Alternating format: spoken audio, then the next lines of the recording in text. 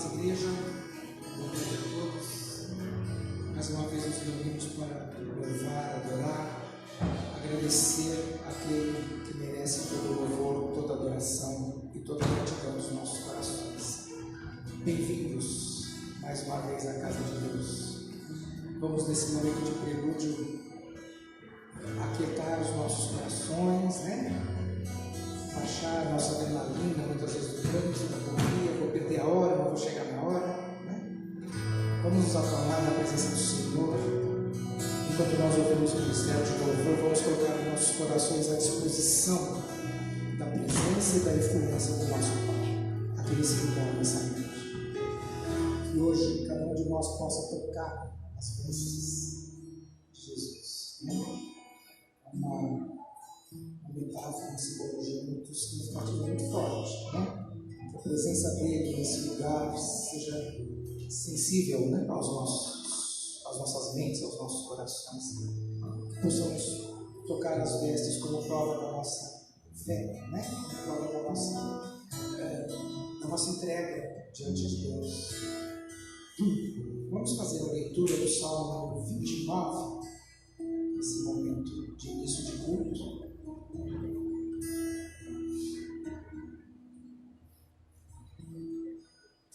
Eu leio os versículos, então os irmãos leem, por favor, os versículos pares.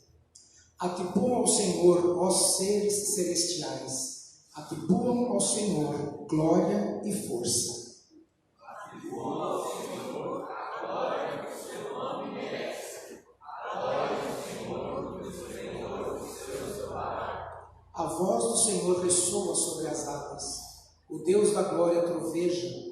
O Senhor troveja sobre as muitas águas. A voz do Senhor é poderosa, a voz do Senhor é majestosa. A voz do Senhor quebra os cedros, o Senhor despedaça os cedros do Líbano.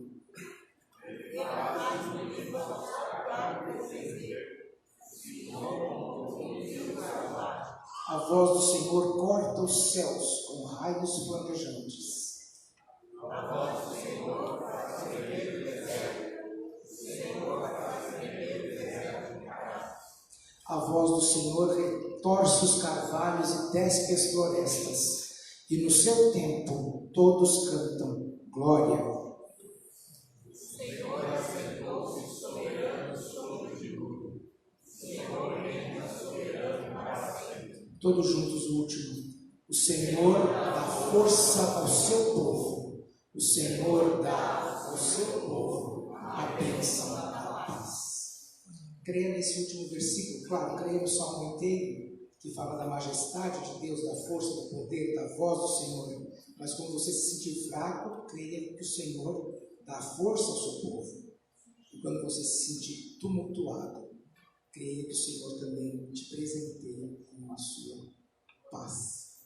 Vamos nos colocar em pé, entoar com alegria, cheios da força e da paz que o Senhor nos dá. Vamos entoar com alegria o hino de número 111, colocando-nos em pé. Em seguida seremos dirigidos a Deus em oração, uma oração de adoração pela nossa irmã Mari Aibrax. Aleluia! Nós achegamos a Ti, Senhor, para Te honrar, Te engrandecer, glorificar o Teu nome, Senhor. Levantamos as nossas mãos, as nossas vozes, ó Deus, em adoração, porque nós cremos que Tu és digno de toda honra, todo louvor. Tu és digno, Senhor, do erguer das nossas mãos, ó Pai. Nós nos prostramos, nos rendemos diante da Tua santidade, da beleza da Tua santidade, e declaramos: Santo, Santo, Santo Tu és. Digno, Senhor, Tu és maravilhoso, Tu és o Rei dos Reis, Tu és o Senhor dos Senhores, o Alfa, o Ômega, Tu és o princípio e o fim, Tu és aquele que era, que há e que há de vir. Tu és maravilhoso, Senhor, nosso melhor amigo, nosso amor, Senhor. Tu és a paixão das nossas almas, ó Deus. Nós declaramos que Te amamos e dependemos de Ti, Senhor. Aleluia. Amém. Podemos nos sentar.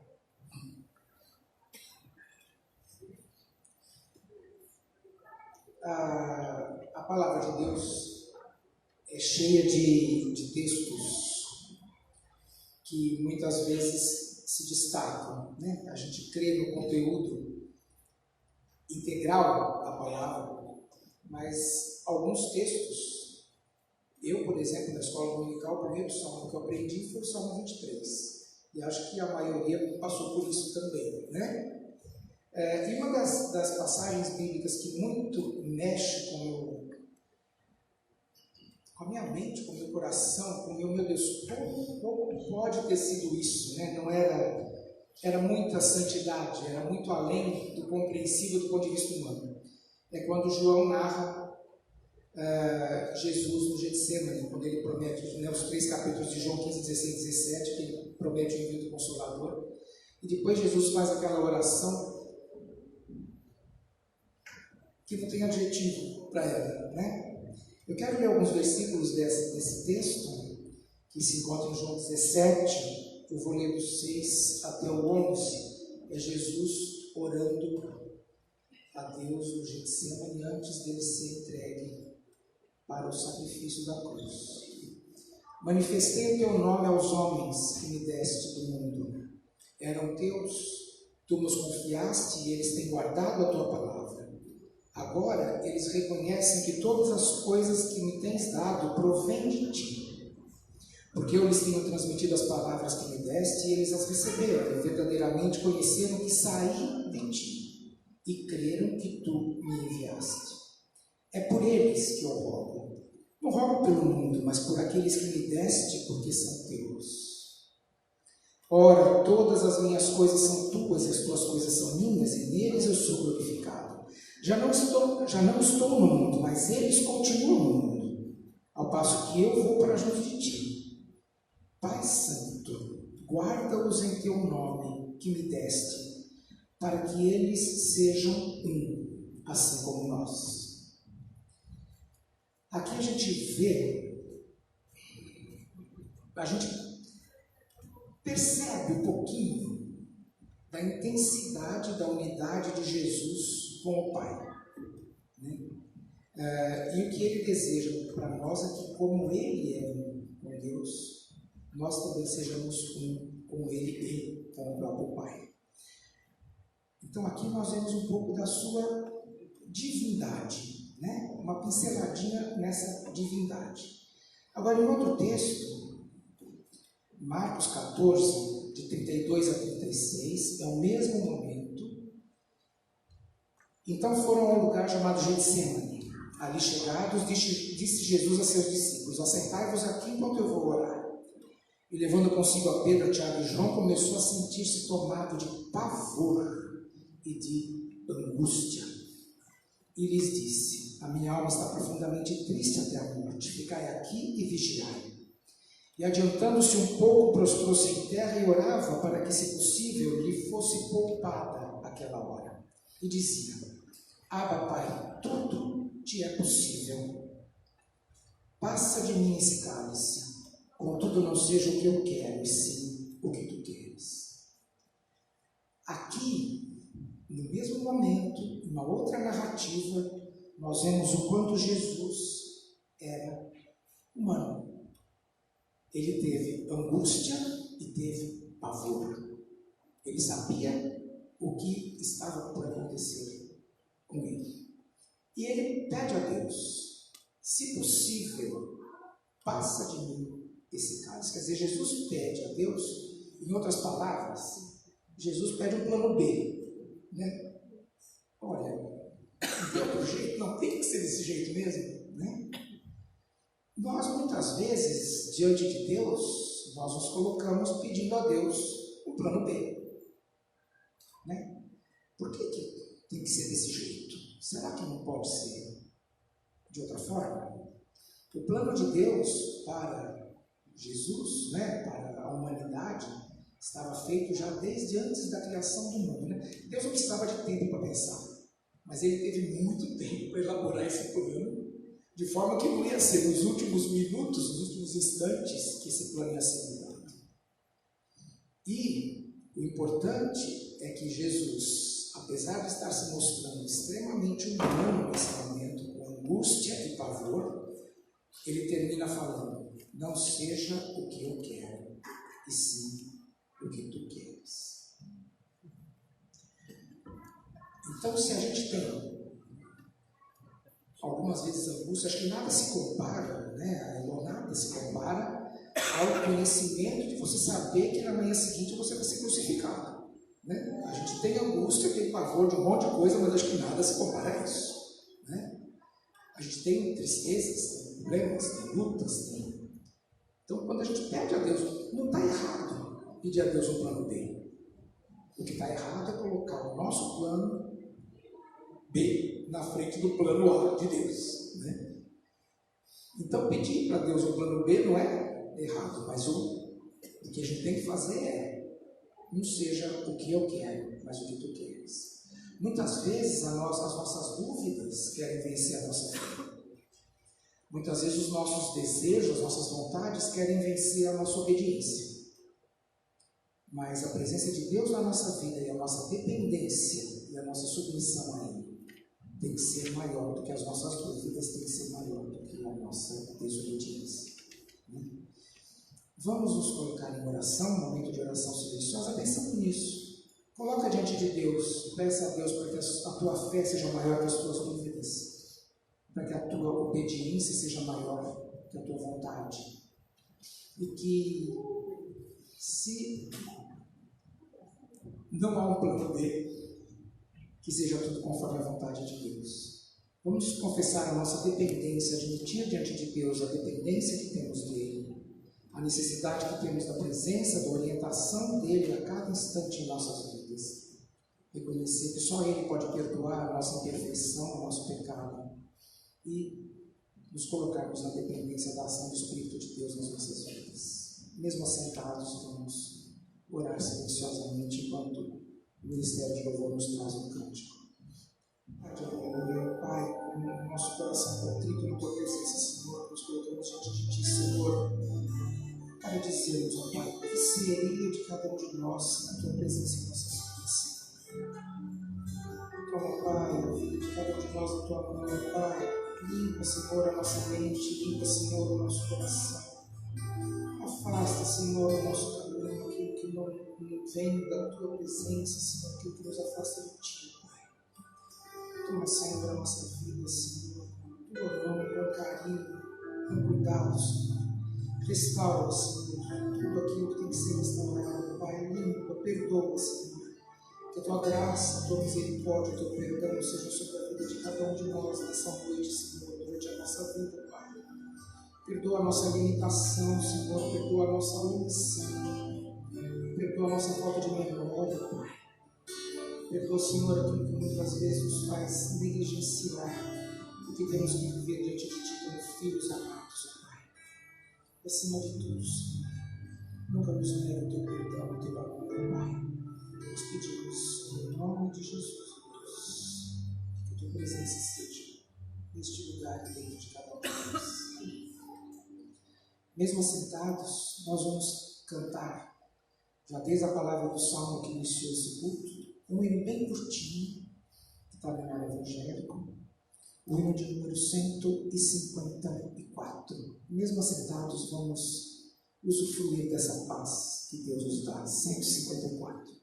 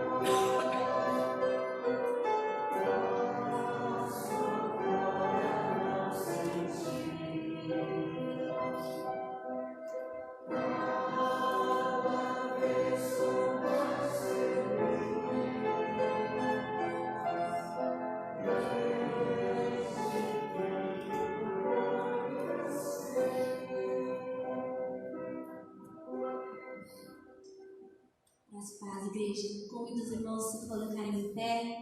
Nós vamos louvar o nosso Deus, que é grande, muito maior do que tudo ou todos que nós conhecemos, e é fiel a nós. Nele nós podemos confiar em todo o tempo. Amém? Antes do nosso momento de ofertas, vamos fazer a leitura do Salmo 126. Pode sentar por um instante.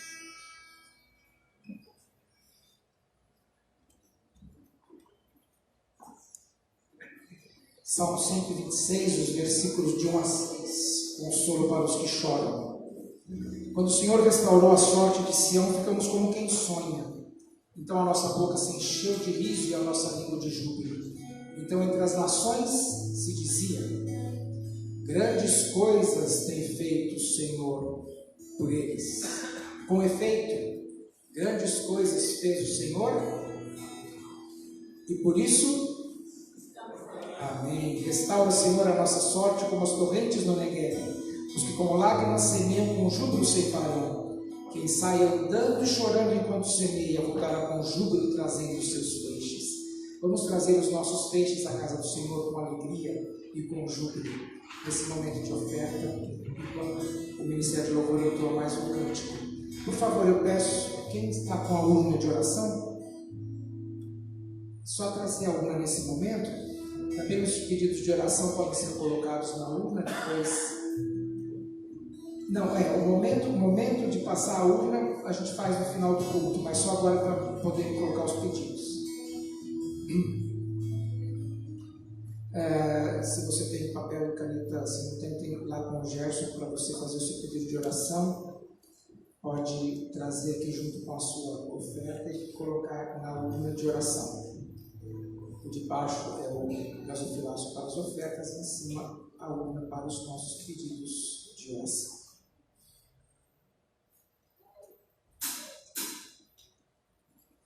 Vamos com alegria entoar louvor ainda em agradecimento e trazer as nossas ofertas e reconhecer nos pedidos de oração a nossa dependência da ação de Deus nas nossas vidas. Senhor amado, nós queremos te agradecer, Senhor, pela nossa vida primeiramente, Senhor. E queremos nesse momento especial agradecer pelas ofertas que foram depositadas no altar. Que o Senhor abençoe a cada vida que depositou, abençoe a fé de cada um, Senhor, que cada vez mais aumente essa fé. Que nós cremos mesmo que nós podemos confiar no Senhor, que nós podemos entregar as nossas finanças nas Tuas mãos, podemos entregar a nossa família nas Tuas mãos, a nossa vida nas Tuas mãos, o nosso emprego, a nossa profissão, e nós cremos que nada foge do Seu controle. Por isso, nesta noite, nós queremos glorificar o Teu nome, pelos irmãos, Pai, que tiveram essa fé, o emprego de cada um, que o Senhor continue abençoando, aqueles que estão desempregados, que o Senhor possa estar abrindo emprego, abençoando o Teu povo neste lugar. Nós queremos Te louvar também, Senhor, pelas vidas que também depositaram os pedidos de oração, Senhor. Da mesma forma, com fé, Senhor, depositaram esses pedidos, que o Senhor possa estar abençoando, em nome de Jesus. Amém. Podemos sentar, irmãos.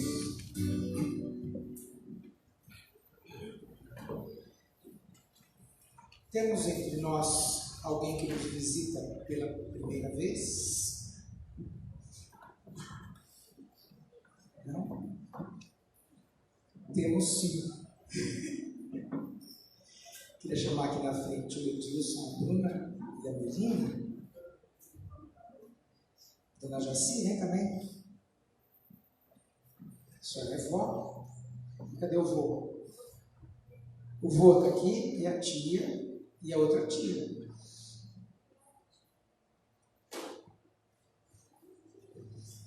Pastor.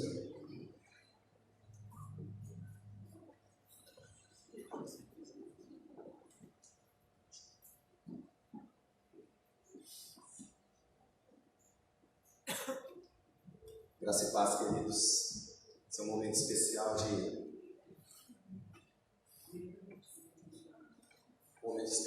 apresentar a Melina. Deixa eu ficar do ladinho dela aqui. Melina, você lembra de mim? A gente já se conhece.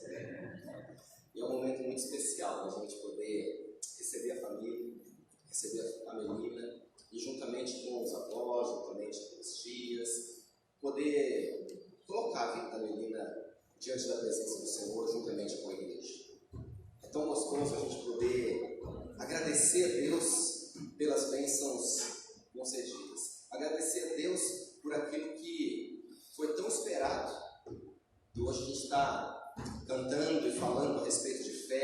vivenciando a dimensão da fé, e existem coisas que a gente espera tanto acontecer, e quando acontece, a gente agradece, a gente louva a Deus, e a gente quer agradecer e louvar a Deus compartilhando com as pessoas que também presenciaram esse fato, também vivenciaram este momento de expectativa na vida da Bruna, na vida de Edilson. Então nós vamos orar nesse momento de apresentação, orar pela vida da menina, mas sobretudo agradecer também a Deus por esse dia tão especial que Ele marcou para nós enquanto igreja, que Ele preparou para nós nesta noite, neste lugar. Eu queria convidar você a se colocar em pé.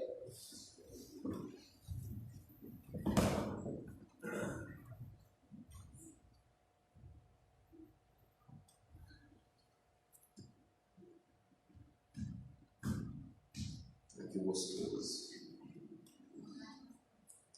Pai amado, Pai bendito, nós te somos gratos por este momento. Glória seja dada ao teu nome. Que privilégio poder apresentar a Melina diante do teu povo, na tua igreja neste lugar, juntamente com os avós, juntamente com os tios, juntamente com a família da fé. A vida da Bruna, a vida do Edilson está nas tuas mãos, ó Pai. Que presente o Senhor concede a eles. Nós queremos abençoar esta criança, Pai. Bendizer o Senhor pela vida da menina. E declarar, ó Pai, que o futuro dela está nas tuas mãos. E declarar, ó Pai, que os dias dela serão abençoados na tua presença. Aquilo que o Senhor já preparou para ela, ó Pai. Nós nesta noite contemplamos e compartilhamos na expectativa da alegria das tuas ricas bênçãos sobre a vida da menina. Ó Deus, da sabedoria, discernimento e entendimento, para que a Bruna e o Edilson possam, ó Deus, criar a menina diante do Senhor com, ó Deus, temor, com sabedoria e com alegria na tua presença. Obrigado, Deus, que a tua igreja possa também se alegrar e compartilhar desses dias que virão, e que a menina possa ver também na família da fé algo, Pai, especial, para que ela possa crescer em maturidade, em sabedoria, em conhecimento da tua palavra. Ó Pai, esse é o nosso compromisso com a tua filhinha e com esta família. Assim nós te agradecemos por tudo, no nome de Jesus. Amém e amém.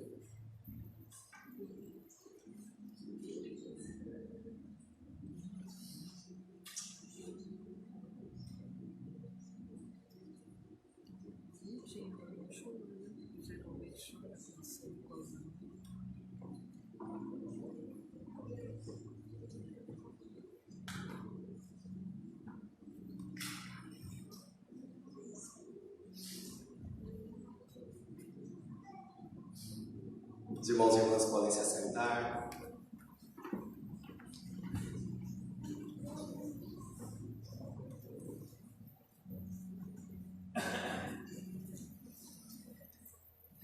Vou pedir ao nosso irmão Gelson para que ele ficasse aqui já para orar intercedendo pela vida do pastor Marcelo, que vai nos trazer um momento de meditação na palavra nessa noite. Vamos interceder pela vida do pastor, através do nosso irmão Gelson.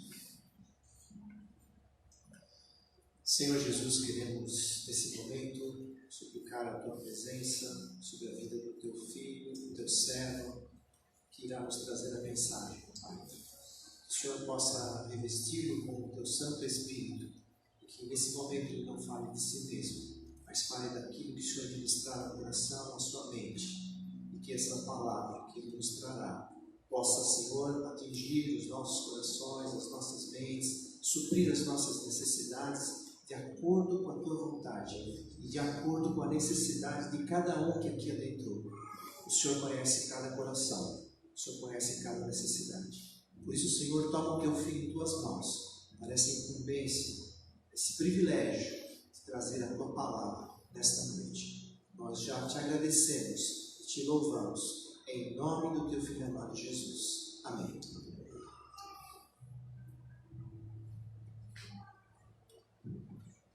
Graças a Deus, a palavra do Senhor é dada a nós nesta noite, tempo de sermos ministrados por algo que, desde o início desse mês, nós temos falado sobre dependência de Deus, estarmos seguros nos braços do Senhor. E nessa noite, de uma maneira muito especial, quero convidar você a abrir a sua Bíblia no texto aos Hebreus, Epístola aos Hebreus, capítulo de número 11.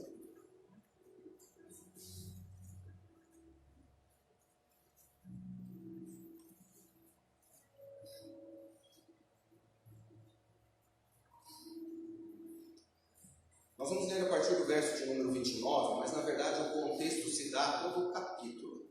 Como um capítulo com 40 versículos, nós vamos dividir quase que pela metade aqui, apenas para nossa atenção, mas o contexto é dele todo. E antes que nós possamos ler, eu queria perguntar para você se por um acaso nessa semana alguém aqui perdeu algum ente querido? Alguém aqui recebeu algum diagnóstico de uma doença incurável? Alguém perdeu o emprego essa semana? Alguém viveu algo muito dramático? Alguém foi assaltado? Alguém perdeu todo o seu saldo da conta bancária? Alguém, sei lá, perdeu a casa, a moradia, a segurança? Não? Então vamos ler a palavra do Senhor a partir do verso número 29. Pela fé o povo atravessou o Mar Vermelho como em terra seca. Quando os egípcios tentaram fazê-lo, morreram afogados. Pela fé caíram os muros de Jericó depois de serem rodeados durante 7 dias. Pela fé a prostituta Raabe, por ter acolhido os espiões, não foi morta como os que haviam sido desobedientes. Que mais direi? Não tenho tempo para falar de Gideão, Baraque, Sansão, Jefté, Davi, Samuel e os profetas, os quais pela fé conquistaram reinos, praticaram a justiça, alcançaram o cumprimento de promessas, fecharam a boca de leões, apagaram o poder do fogo e escaparam do fio da espada, da fraqueza tiraram força, tornaram-se poderosos na batalha e puseram em fuga exércitos estrangeiros. Houve mulheres que pela ressurreição tiveram de volta os seus mortos. Uns foram torturados e recusaram ser liberados para poderem alcançar uma ressurreição superior. Outros enfrentaram zombaria e açoites. Outros ainda foram acorrentados e colocados na prisão, apedrejados, cerrados ao meio, postos à prova, mortos ao fio de espada. Andaram errantes, vestidos de pele de ovelhas e de cabras, necessitados, afligidos e maltratados. O mundo não era digno deles. Vagaram pelos desertos e montes, pelas cavernas e grutas. Todos estes receberam um bom testemunho por meio da fé. No entanto, nenhum deles recebeu o que havia sido prometido. Deus havia planejado algo melhor para nós, para que conosco fossem eles aperfeiçoados. Pai querido, a Tua palavra está diante de nós. Graças te damos pela leitura, graças te damos pela revelação, que já o Teu Espírito tem liberdade para complementar aquilo que Tu tens e Tu queres para nós. Que seja nesta noite algo especial da Tua parte para a vida da Tua igreja. Toma cativo o nosso pensamento e atenção. Nós oramos e já te agradecemos por isso, em nome de Jesus. Amém. Amém. Olhar para as circunstâncias da vida, olhar para as circunstâncias que nos rodeiam, olhar para algumas coisas que às vezes nos pega meio que de surpresa, faz com que a gente seja tentado a olhar sempre para o pior. Quando a gente olha para as circunstâncias que nos rodeiam, a gente tem uma tendência de olhar sempre para o pior. E aí pode ser uma tendência de muita gente que você conhece agir dessa forma. Pode ser uma tendência natural, quem sabe, de você mesmo agir dessa maneira. E aí você já pode ter convivido com gente pessimista. Talvez você convive com gente pessimista, gente que pensa sempre que o pior vai acontecer, que nada vai dar certo, que a notícia ruim vai chegar, que tudo vai dar errado. E pior ainda, quando você convive com pessoas que acham que os seus problemas são maiores do que os dos outros. Tudo dela é mais complicado, tudo dela vai dar errado, tudo dela é difícil, tudo dela é complicado. E aí, quando você começa a conviver com pessoas assim, você fica pensando, meu Deus, será que o problema é tão grande assim? Ou quando você olha para você e quando você encontra com alguém, sabe aquela história, e aí, como é que vai? Tudo bem? Você não consegue dizer se está tudo bem, você começa a contar, está tudo difícil, está tudo dando errado, não está nada certo, nada vai dar certo. Quando a gente olha para esse texto, ele nos dá uma visão muito ampla daquilo que a gente poderia chamar de problema. Eu perguntei quem nessa semana passou por situações limite. Para a glória do Senhor, ninguém perdeu um ente querido. Para a glória do Senhor, ninguém foi demitido. Para a glória do Senhor, ninguém perdeu a casa. Ninguém viveu situações limite. Ninguém perdeu o emprego. E quando a gente olha para as situações que nós podemos chamar de problema, e a gente poderia, quem sabe, até chamar alguns momentos da nossa vida, ou nomear alguns momentos da nossa vida como momentos de incerteza, momentos de medo, momentos de perseguição, momentos de aprisionamento, momentos de insegurança. Talvez isso seja para nós um grande desafio, o desafio de permanecer na presença de Deus, o desafio de exercitar a nossa fé, o desafio de ampliar a nossa visão a respeito das coisas. E aí então, quando eu sou desafiado e eu tenho esse desafio de permanecer em Deus, esse desafio traz consigo um elemento motivador nessa apresentação do escritor aos Hebreus. E essa narrativa bíblica, ela é motivadora para nós, porque quando ela vai narrar aquilo que nós chamamos da galeria da fé, aqueles que foram referência para nós em termos de podermos perceber a noção da realidade vivida por cada um deles, e a noção daquilo que cada um vivenciou a partir também dos seus desafios. O pano de fundo, obviamente, vai ser a fé. E o pano de fundo para nosso entendimento nesta noite é a fé naquilo que a fé confere realidade às coisas que não podem ser vistas. E nós temos já no verso de número 1 essa narrativa, a definição da fé. Mas é exatamente por meio dessa fé que muitos destes, no período veterotestamentário, ou melhor dizendo, no Antigo Testamento, para que todos possam entender, dentro desse período, muitos receberam testemunho positivo de Deus. E se a gente for ler desde o primeiro versículo do capítulo 11, antes do dilúvio, a gente tem Abel, Enoque, Noé, que todos responderam com a sua fé, e responderam com sua fé a respeito de mostrar obediência a Deus. Quando a gente olha para a vida de Abraão, que mostrou fé ao sair de casa, sair da sua parentela, ser chamado por Deus para ser o pai de uma grande nação, ele demonstrou verdadeiramente ter fé, principalmente quando ele teve, juntamente com a sua mulher Sara, aquele cumprimento da promessa de poder gerar Isaque como filho da velhice. E aí, sempre em função de um propósito de Deus, presta atenção nisso, sempre em função de um propósito de Deus. E aí nessa linha então, o escritor aos Hebreus, ele vai falando, ele continua citando, e aí ele vai falar, Gideão, Sansão, Davi, Samuel, quantos que foram exemplos, cuja fé tornou-se para nós uma referência.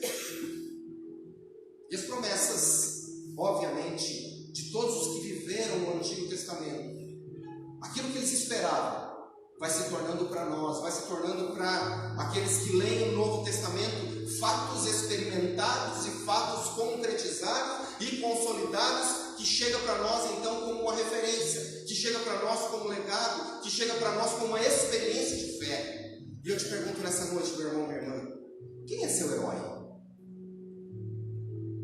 Qual a sua referência?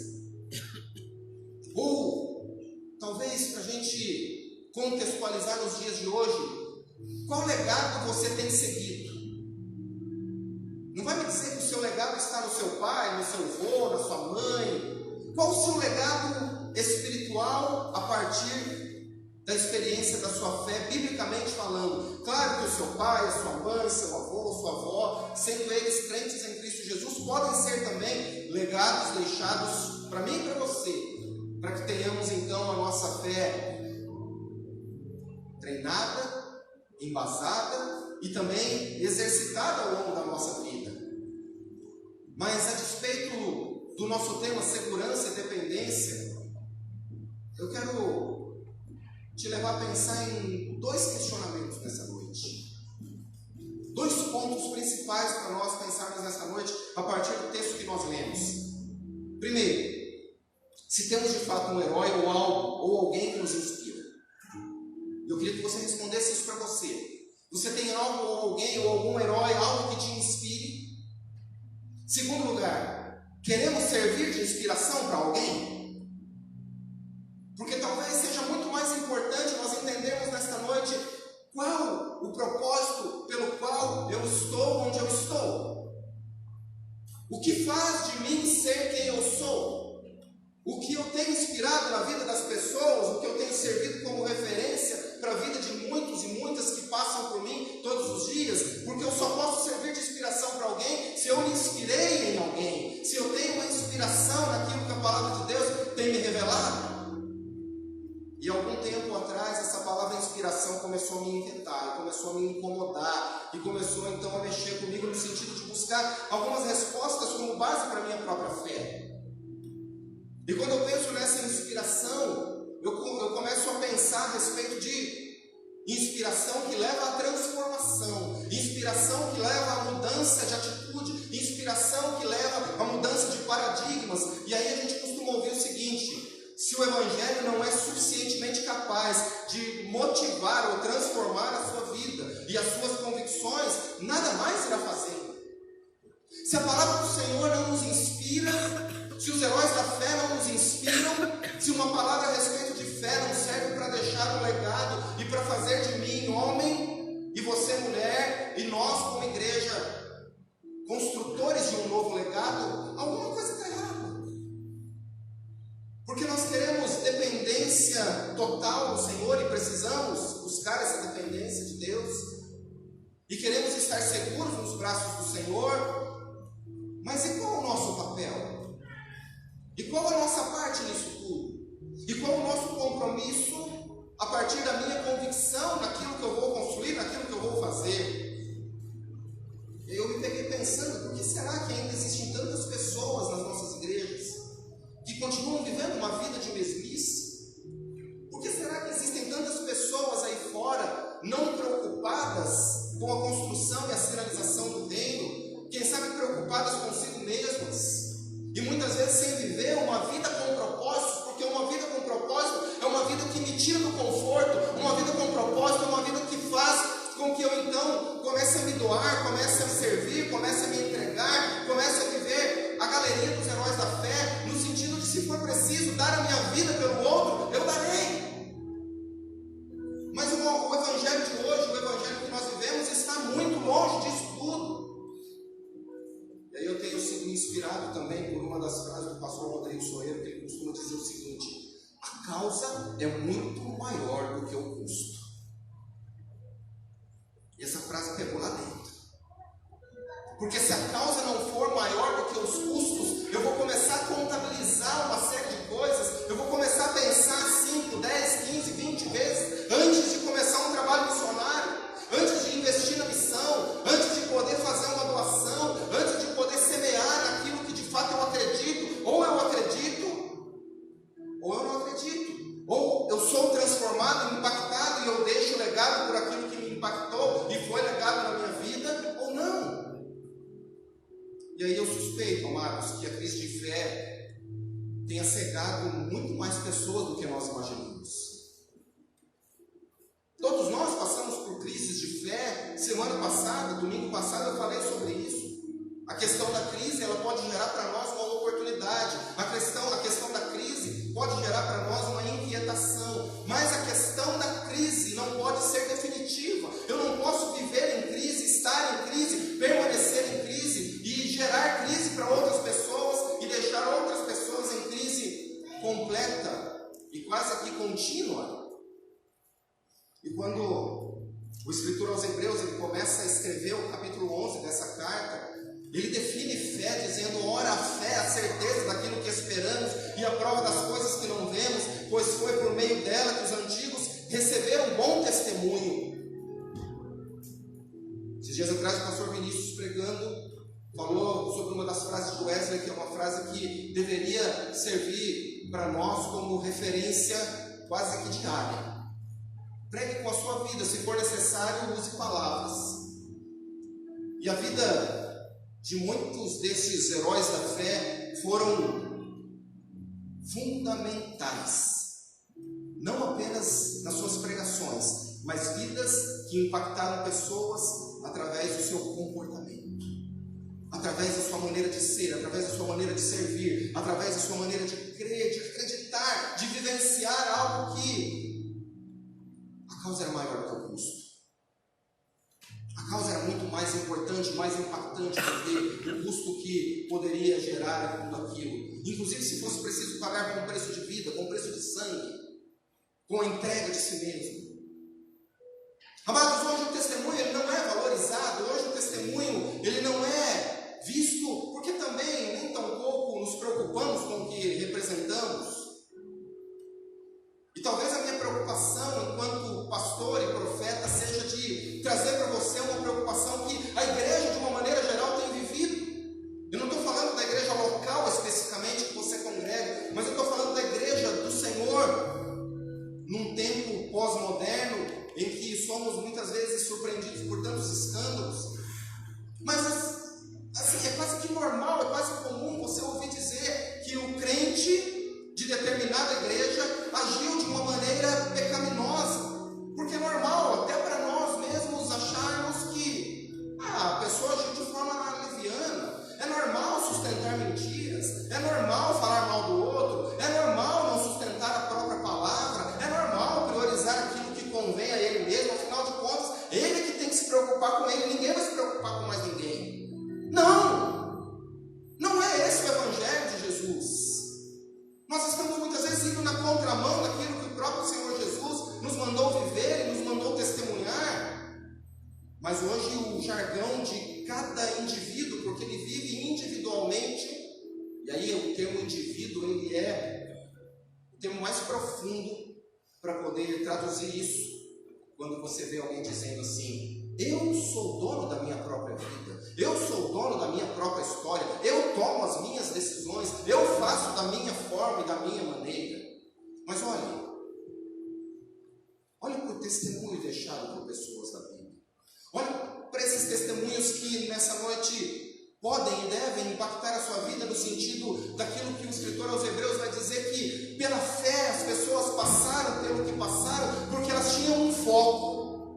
As pessoas viveram aquilo que elas viviam porque elas tinham um projeto maior. As pessoas deram a sua vida a preço mesmo de sangue porque elas tinham um princípio e elas prezavam por esse princípio e elas não abriam mão daquilo que elas criam. A Bíblia vai dizer um pouco mais para frente que há uma nuvem de testemunha que nos rodeia, o capítulo de número 12. E essa nuvem de testemunha que nos rodeia, olha, deixa eu dizer uma coisa para você, pensa que não tinha ninguém observando tudo aquilo que cada um desses que foram citados estavam construindo na história daquele povo naquela época, e pode ter certeza que tinha muita gente que estava próximo ali, prestando atenção em tudo que estava acontecendo, porque testemunhavam fatos que muitas vezes impactavam a eles mesmos. Assim como, certamente, ao observar situações narradas, quando pela fé todas elas foram vencidas, muitos certamente olharam e pensaram assim: a causa é maior do que o custo, a causa é muito grande, afinal de contas, para viverem até os limites da sua própria honra, da sua própria experiência, do seu próprio limite. E aí eu vou te perguntar, será que vai ter alguém observando a sua história e amanhã poder dizer assim: olha, aquela pessoa deixou um legado, aquela pessoa deixou uma história, aquela pessoa fez com que algo acontecesse na minha vida e isso serviu de inspiração para mim, e eu vivo agora uma inspiração porque alguém creu por mim e hoje eu posso crer por alguém. Será que nós vamos poder passar por uma história parecida como essa, a ponto de inspirarmos alguém? Alguém que lutou e venceu, assim como você pode lutar e vencer. Mas é necessário um foco, é necessário um princípio, é necessário uma causa muito grande. Então eu quero dizer para você nessa noite, meu irmão, minha irmã, mantenha-se focado e mostre a todo tempo em quem de fato você está seguro. Posso ouvir um amém? Vocês estão aqui?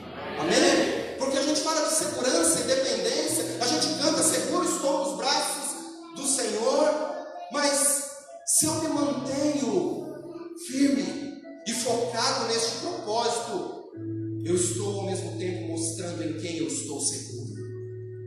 Eu estou seguro no Senhor, a minha fé, a sua fé, a nossa fé precisa responder a serviço de quem nós estamos.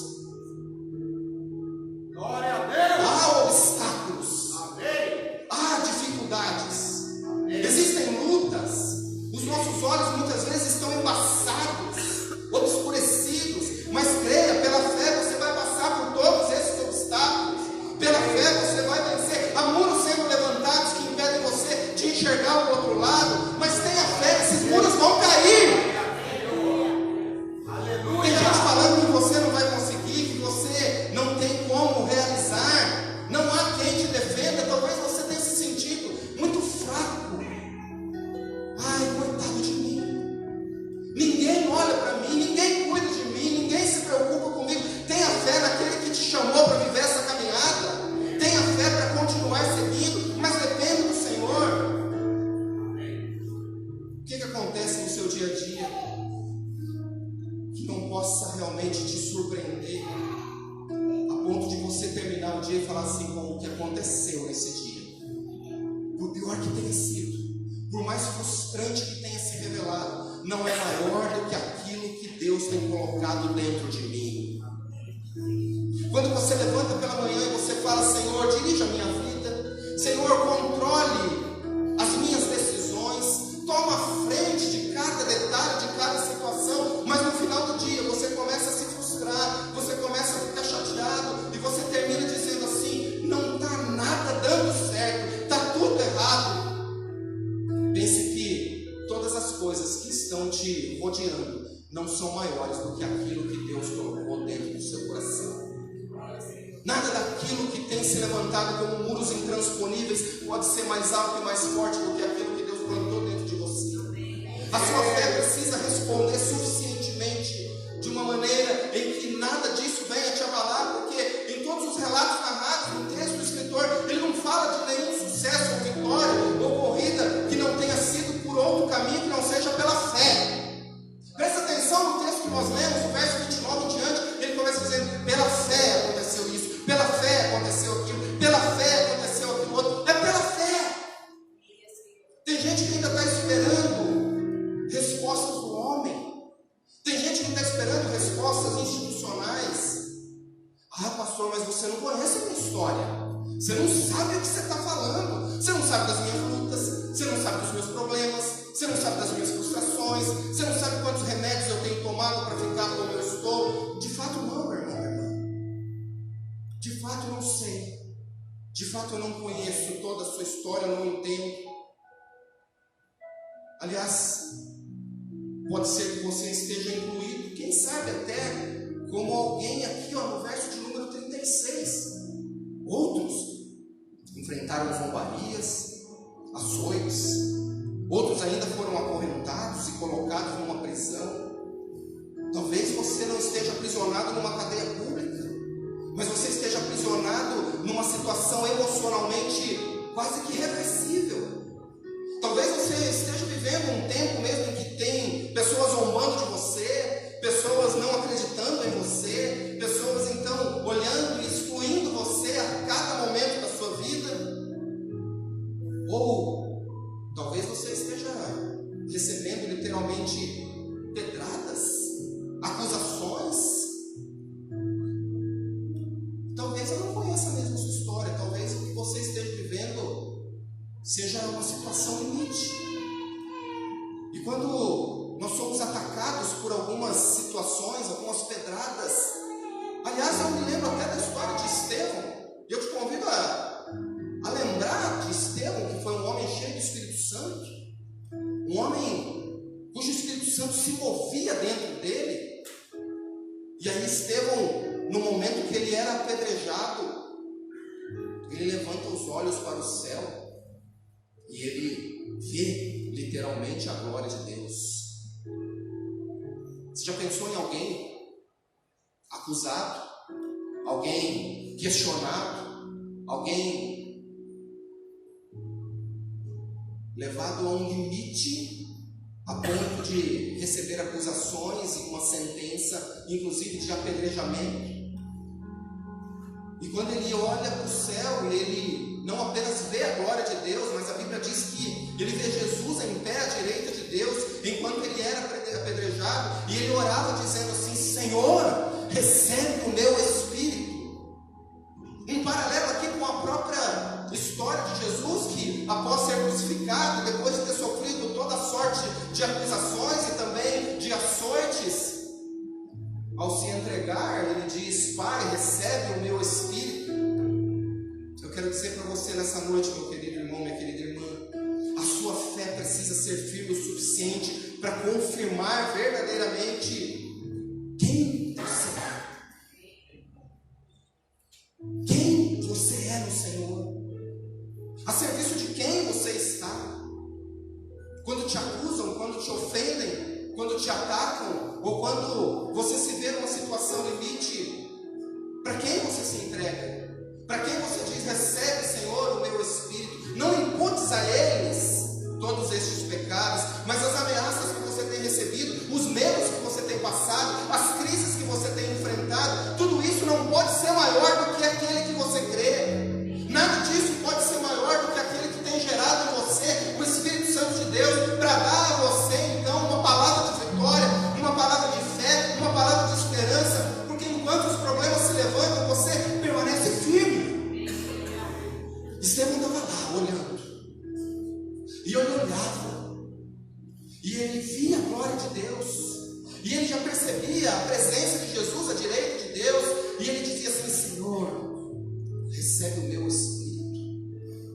Eu fico pensando nesses heróis da fé, que um era cerrado ao meio, o outro era aprisionado, o outro era acorrentado, o outro era escarnecido, o outro era então chacoteado, e cada um deles olhava e dizia assim: essa causa é muito maior do que o custo disso tudo. É nisso que eu creio, é nisso que eu vou manter-me focado. Eu acho que você não está entendendo nada dessa palavra, porque se você estivesse entendendo isso, você diria: glória a Deus, eu também creio nisso. Eu entendo verdadeiramente que a minha fé está focada naquele que me guarda. Que o meu medo não pode ser maior, a minha frustração não pode ser maior, as minhas preocupações a respeito dessas perseguições não podem ser maior do que este foco que eu tenho naquele que me chamou. Às vezes nós perdemos o foco porque algumas coisas não estão resolvidas dentro de nós.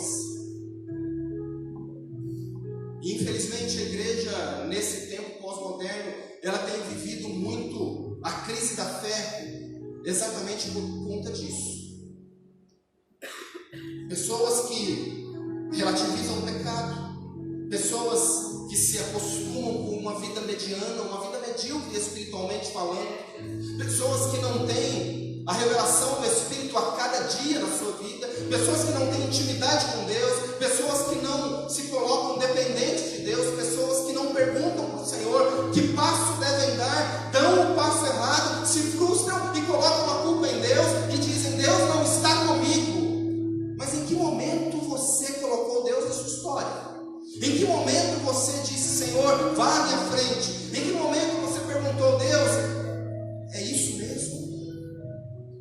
E hoje as pessoas estão olhando apenas para os problemas e muitas vezes rotulando estes problemas como sendo sempre maiores do que tudo que outras pessoas possam estar passando. Eu vou perguntar de novo nessa noite aqui, porque talvez você não tenha entendido a minha pergunta inicial no início da mensagem. Alguém perdeu um ente querido essa semana? Alguém foi despejado da casa? Alguém perdeu um emprego? Alguém recebeu o diagnóstico de uma doença incurável? Alguém está devendo horrores que vai precisar vender o almoço para comprar janta? Aliás, não vai ter nada parecido com isso. Alguém aqui vive algo pelo menos próximo ou parecido do que muitos dos moradores de rua que passam aqui a cada domingo pedindo algum tipo de ajuda? sei qual é o nosso problema. Talvez os nossos problemas sejam maiores segundo a nossa concepção. Talvez os nossos problemas sejam, talvez os nossos problemas sejam muito maiores do que a nossa concepção a respeito da fé que nos fundamenta. Porque enquanto esses problemas se levantam, você precisa permanecer firme. Enquanto os problemas se revelam, você precisa permanecer focado. Você precisa permanecer fundamentado. Você precisa, assim como Estevão e como todos os heróis da fé, dizer assim: eu estou aqui, firme. Eu estou com uma estaca, ancorado. Tem muito crente. Parece brincadeira e a gente dá risada com isso. Mas a gente precisa tomar muito cuidado, porque há poder em nossas palavras. A gente precisa tomar muito cuidado com aquele tipo, com o que a gente diz. Tem muito crente que você vai cumprimentar e falar assim: e aí, meu irmão, tudo bem? Ah, eu estou firme igual geleia. Eu estou firme igual prego na areia. Para com isso, meu irmão. Para com isso. Ou você está firme na fé, ou você é fundamentado e focado naquele que te chamou, ou então para tudo. Deus olha para você e deve pensar assim: mas espera aí, que você está falando de mim? É a mim que você serve? Não deve ser, porque molenga dessa forma não pode ser. E nós precisamos então, ao olharem para nós, termos de fato algo para mostrar. Porque quando olharem para você, muitos não vão entender de onde vem essa força. Esses dias atrás eu ouvi alguém dizer para mim assim: pastor, você se reinventou de alguma forma a partir de algumas situações, de alguns acontecimentos, e eu tenho certeza absoluta que essa força não é minha. E muitos de vocês que já vivenciaram situações limites sabem do que eu estou falando. A força que nós temos não vem de nós, mas é aquele que nos dá segurança verdadeira. Muitos não vão entender, muitos não vão saber o que está acontecendo.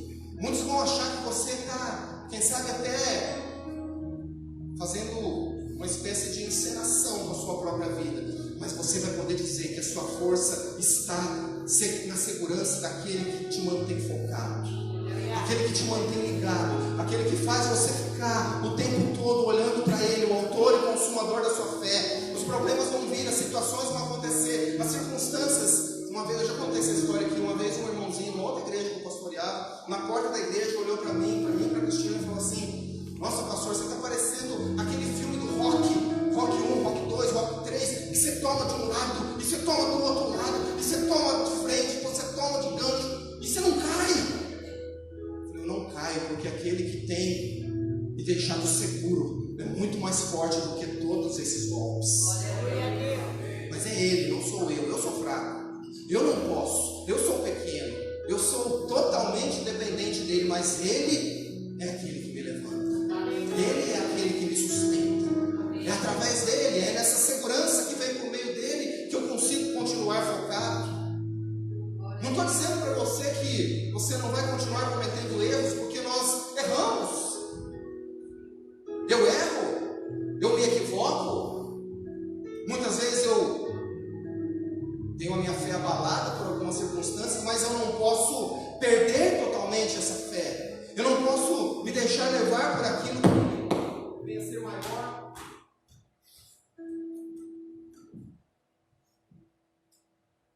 Nem o microfone. Nada pode ser maior do que aquilo que o Senhor preparou. Eu preciso estar focado nele. Amado, o seu problema, ele não vai mais ser visto por você e por mais ninguém como sendo maior do que o seu Deus. Se você olhar para a galeria da fé, se você olhar para todos esses acontecimentos, você vai começar a entender que o seu problema não é tão grande assim. Talvez você tenha rotulado ele grande demais, ou você tenha dado crédito demais para algo que não é tão grande assim. E se você estiver aqui comigo, se você estiver entendendo tudo isso que eu estou falando, eu já estou partindo para a conclusão, você vai entender que em todas as coisas tem um propósito. Olha lá o que diz o verso 39 e 40. Todo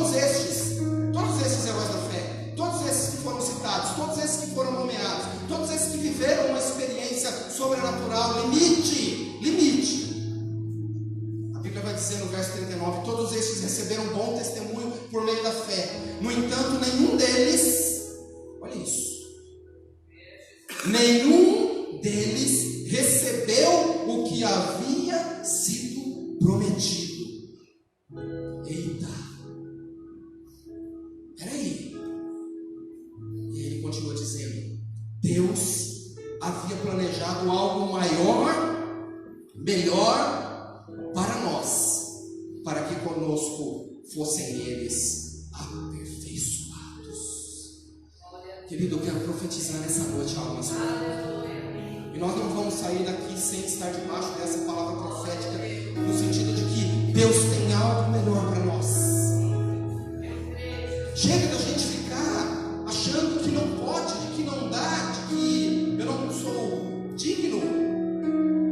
Uma coisa é entendermos o propósito de Deus para nós.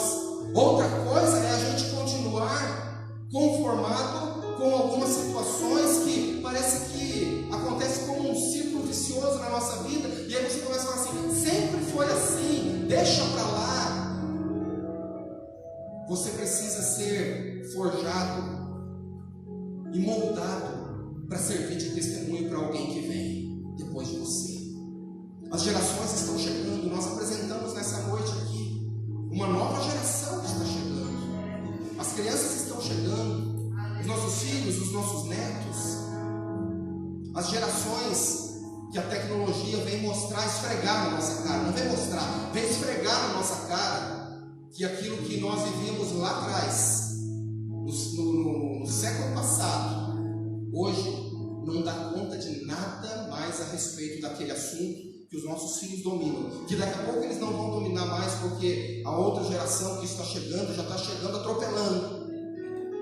E de uma certa forma é isso que o escritor de Hebreus está falando aqui nesse final. Deus havia planejado algo melhor para nós, para que conosco fossem eles aperfeiçoados. Nós estamos falando de legado. Aquilo que você recebeu, alguém deixou para você, e aquilo que você está passando hoje serve de testemunho, porque há uma nuvem de testemunhas em volta de tudo aquilo que você tem vivido e passado, e aquilo que de uma certa forma Deus tem usado a sua vida para impactar pessoas e para impactar toda uma geração. Não pode mais contar com o conformismo de uma espiritualidade medíocre. Nós precisamos nos levantar e entender de uma vez por todas a quem nós servimos e o que nós estamos vendo. Onde nós estamos focados? Onde está a nossa visão? Qual é o termômetro da nossa fé no dia de hoje? Talvez você tenha vindo para cá com a sua fé abalada, você tenha passado uma semana completamente difícil, ou a sua vida tem se limitado única e exclusivamente a situações terrenas.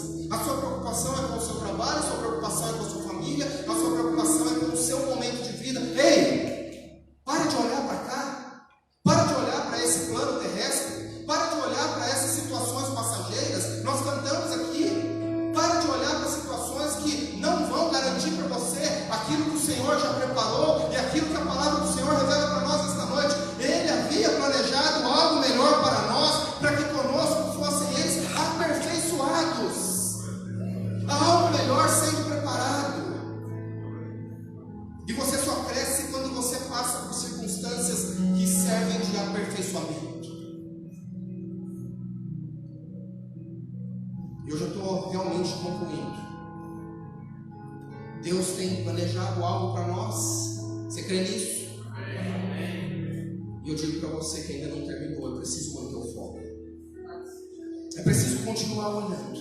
É preciso manter o foco, porque quando nós olhamos para todos esses heróis da fé, quando nós lembramos sobretudo da vida de Estevão, que estava lá sendo apedrejado, a Bíblia diz que ele estava focado, ele estava ligado. E o mais interessante é que quando nós lembramos desse texto, e esse texto agora aqui do escritor aos Hebreus, no capítulo 12, vai dizer da nuvem de testemunhas, me faz lembrar da vida de Estevão, porque ali perto de Estevão, naquele momento do apedrejamento, naquele momento em que ele estava sendo literalmente assassinado, existia alguém ali que estava consentindo tudo aquilo. Quem era? Saulo.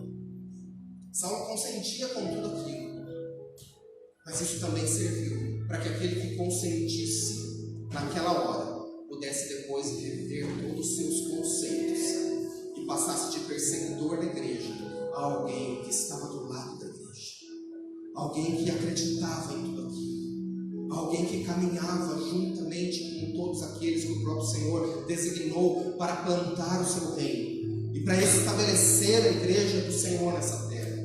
As pessoas vão olhar para você muitas vezes e vão até torcer contra você, mas você precisa estar focado e saber que tudo isso faz parte de um propósito, tudo isso faz parte de uma situação, faz tudo isso sentido para você quando você olhar para trás e entender assim: é pela fé, é mediante a fé, é por intermédio de toda essa fé que o Senhor tem gerado em mim que eu vou vencer. Coloque-se de pé, nós vamos cantar o cântico novamente e nós vamos neste momento declarar pela fé que aquilo que o Senhor tem me dado como uma oportunidade de viver, quem sabe uma situação limite como eu tenho vivido, eu não vou mais continuar nessa situação como eu estava. Eu posso até estar vivendo dentro deste deserto, mas esse deserto tem fim.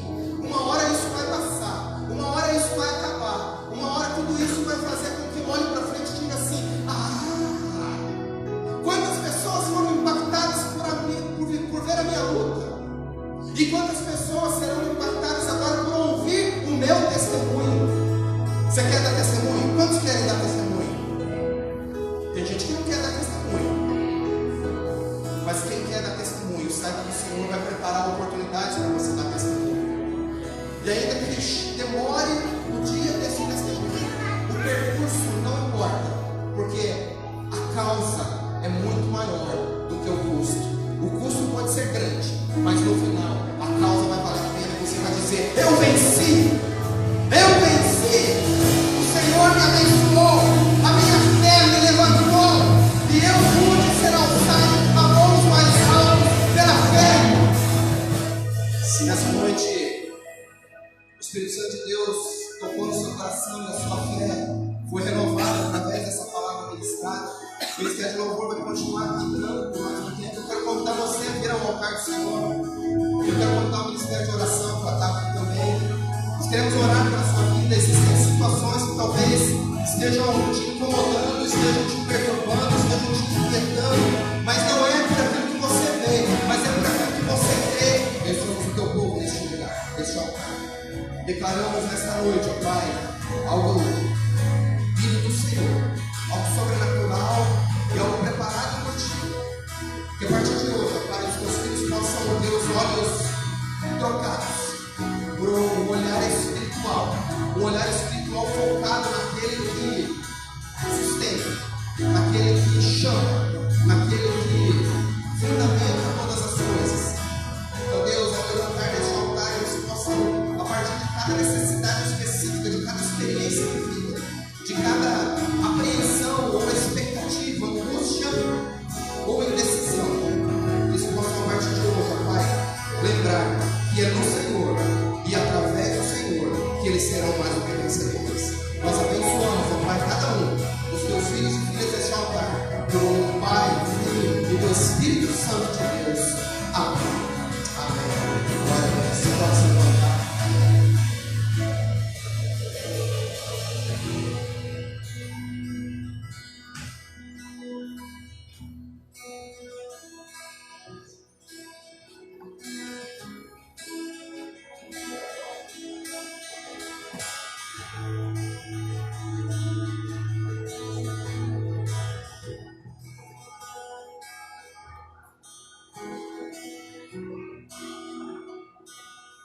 Graças a Deus. Preciso louvar e agradecer.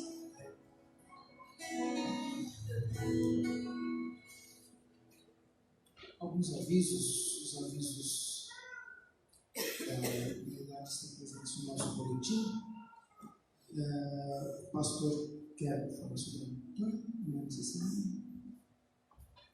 Só lembrando que no próximo sábado nós temos a reunião da liderança no Natal, e até também como forma informativa à igreja. A reunião da clã é uma reunião que está vencendo a reunião da clã, ela é marcada pelo ano todo, e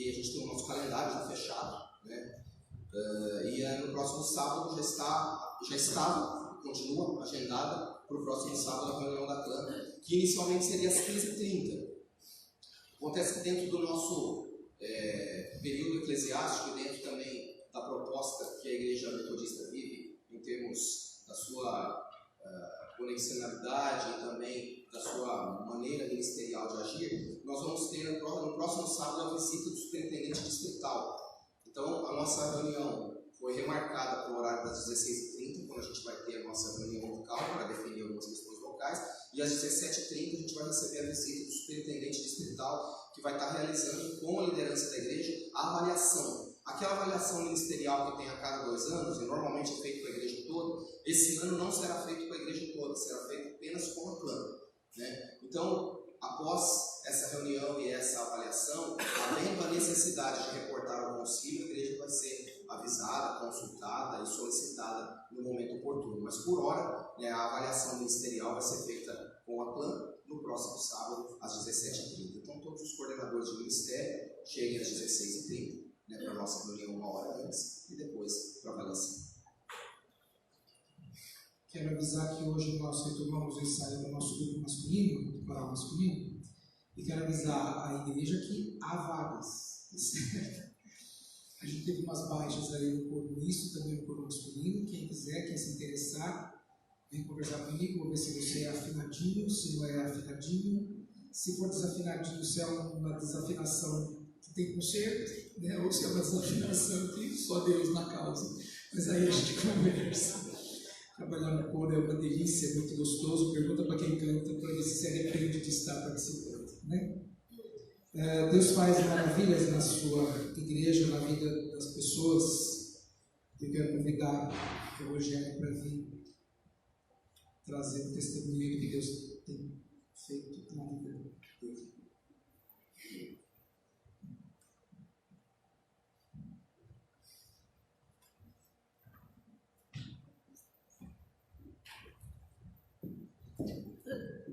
Obrigado, pastor.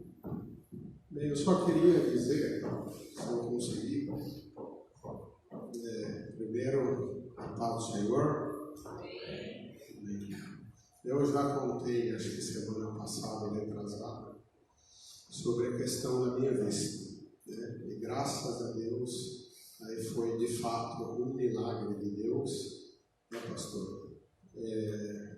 Eu consegui achar um oftalmologista que prescreveu uma lente de contato, que chama lente escleral, e de 18% da vista, a gente passou a enxergar quase 100%. Né? Então, glória a Deus. Amém. Essa semana, pastor, vem bem ao encontro do que o senhor falou. Eu tive uma semana tribulada, né? Gente militar, eu comando um batalhão, e a gente teve alguns episódios lá, inclusive com morte de policiais militares, com policiais que foram feridos, né? Então eu peço a todos a oração para os militares em geral, para a nação, né, os nossos representantes governamentais. E eu, semana passada, pastor, não me alegro não. Eu tive pensamentos suicidas. Aí eu recorri a Deus. Eu recorri a Deus e por isso hoje eu estou aqui. Tá? Então eu gostaria apenas de comungar com a igreja, né? Nada é tão forte que não possamos suportar, não é isso, pastor? E eu estou no firme propósito de fazer a profissão de fé e me comungar e me batizar, tá? Porque eu venho da Igreja Católica, né? E como eu disse, há 20 anos eu frequento esta igreja e eu nunca tive uma vontade tão grande no meu coração de servir a Deus. De servir a Deus. E já me falaram que quando a gente está com esse propósito, o diabo tenta, não é isso, pastor? O diabo, ele nos tenta e ele queria me pegar. Porém, para a honra e glória do Senhor, nós oramos. Eu pedi para a Sibeli orar. Nós oramos, clamamos. Tá? Eu fui até o médico, falou de medicação, eu estou tomando medicações fortes, tá? Mas eu fui ao médico e ele nos remediou, tá? Mas quem me remediou foi Jesus. Glória a Deus. Amém. Obrigado, igreja. Amém. Jesus. Amém.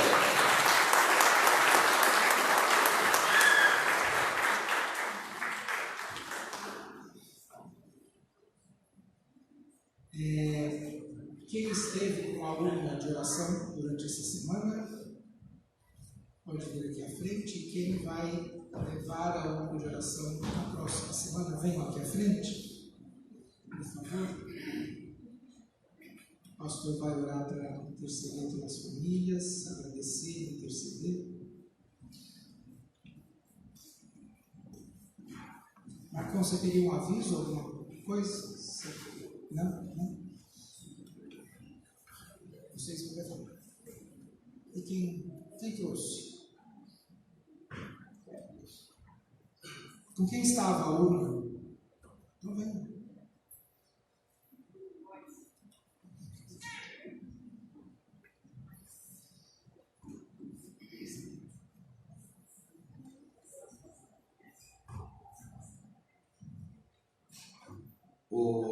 Você não tinha alguma coisa para falar em relação a isso? Depois? Então passa o bastão. Não sei se tem algum testemunho específico dessa semana. Nós até temos. Toda vez que a arca passa, a gente sempre tem coisas para contar, coisas que estavam paradas, coisas que estavam meio travadas e o Senhor colocou a mão. Eu sempre falo, o milagre não está na arca, o milagre está em Jesus Cristo. O que me motiva é a responsabilidade que a gente fica quando essa caixinha fica lá em casa, ela não passa desapercebida. Então eu quero agradecer a Deus pelo privilégio, mais uma vez, dessa arca ficar lá em casa e a responsabilidade de oração, de intercessão. Eu sempre peço, todas as vezes que alguém leva essa arca, eu falo, Senhor, transfere o seu coração para o coração dessa família, porque só uma transferência de sentimento é que pode fazer você sorrir, gemer, clamar, interceder e orar pelos pedidos que estão aqui, porque não são só pedidos, são clamores, são lágrimas, são gemidos. Então eu tenho pedido isso a Deus, Senhor, transfere o seu coração, dá um gemido diferente para quem levar a arca, e é isso que eu peço a Deus para a vida de vocês e Messias, que Deus transfira o coração dele para o coração de vocês na hora da intercessão. Amém? Estenda sua mão para cá, vamos cobri-los. Pai, em nome de Jesus, nós queremos abençoar os teus filhos que se dispõem a, nesta semana, colocar-se na brecha da oração, da intercessão, ó Deus, da súplica, da oração, da petição, ó Deus, que o lar deles, a casa, o ambiente, o altar separado naquele lugar, possa realmente receber o fogo do teu Espírito Santo. E, ó Deus, a luz da tua palavra e o discernimento claro da tua presença, eles possam, ó Pai, realmente ser boca do Senhor para aclamar, para, ó Deus, interceder e para também receber, ó Deus, as respostas no coração a respeito de muitas coisas que o Senhor pode ministrar a eles, ó Pai. Que aquele lar seja abençoado, que esta família seja abençoada e que, ó Deus, eles possam também testemunhar coisas grandes e ocultas que eles ainda não sabem, mas que certamente, ó Deus, serão reveladas pelo Senhor. Obrigado, ó Pai, pela disposição do Messias e da Iris. Obrigado pela disposição, ó Pai, dos teus filhos, e da mesma maneira, ó Pai, que eles se dispõem, que outras famílias possam se levantar e continuar, ó Pai, se colocando nesse relógio de oração, nessa brecha, ó Pai, nesse tempo de oração, nessa coluna de clamor e intercessão na vida da tua igreja. Nós os abençoamos no nome de Jesus. Amém e amém. Deus abençoe. Vamos nos colocar em pé, vamos encerrar o nosso culto de louvor e adoração a Deus. Vamos entoar mais uma vez, e eu quero que vocês pensem muito profundamente no texto disso, um texto muito curtinho, o hino 154 que nós cantamos. Vamos cantá-lo 2 vezes, depois o pastor fará a oração final, receberemos a bênção, cantaremos o Amém Tríplice.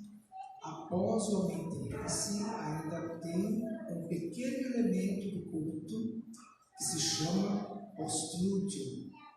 Aguardem, sentem, meditem, orem, agradeçam, coloquem a semana que está começando nas mãos de Deus. O momento do postúdio é para isso. E todos sabem quando o postúdio acaba, que eu começo a musiquinha padrão, né? Aí a gente levanta, sobe e se abraça. Que Deus dê a todos uma semana abençoada e que o nome dele seja sempre louvado e engrandecido. Amém. 154. Amém. Dê a mão para a pessoa que está do seu lado, feche o corredor, vamos orar, pedir bênção de Deus sobre nossa semana, por esse tempo que o Senhor nos dá ao sairmos daqui. Uma informação, hoje pela manhã nós tivemos o nosso concílio local, aqueles que estavam presentes, aqueles que não estavam, na lista tríplice ao episcopado da Igreja Metodista do Brás, foram eleitos os nomes do pastor Marcos Antônio Garcia, o pastor Reinaldo Carvalho Monteiro e o pastor Edivaldo Lima de Oliveira. Amém? Esses 3 nomes vão agora para o concílio distrital, como já foi informado, e depois para o concílio regional no final do ano. Feche seus olhos, vamos orar. Pai, nós te bendecemos por esse tempo, te glorificamos, ó Pai, pela oportunidade de terminarmos este culto, terminarmos, ó Pai, esse tempo de comunhão e de renovo da nossa fé. Leva-nos em paz, de volta aos nossos lares, guardados, protegidos e abençoados. Seja um tempo, ó Pai, realmente de continuarmos desfrutando do teu amor, da tua segurança, da tua paz que excede nosso entendimento.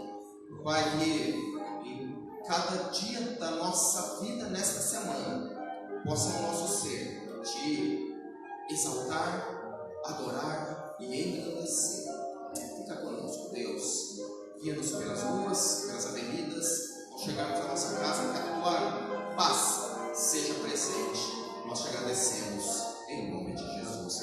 E que a graça do nosso Senhor e Salvador Jesus Cristo, e que o amor de Deus, o nosso Pai, que a comunhão e a consolação do Espírito Santo de Deus seja sobre a sua vida, seja sobre a sua casa, seja sobre o seu trabalho, seja sobre o seu ministério, seja sobre nós, Igreja do Senhor, e permaneça assim conosco, hoje e para todos sempre. Amém.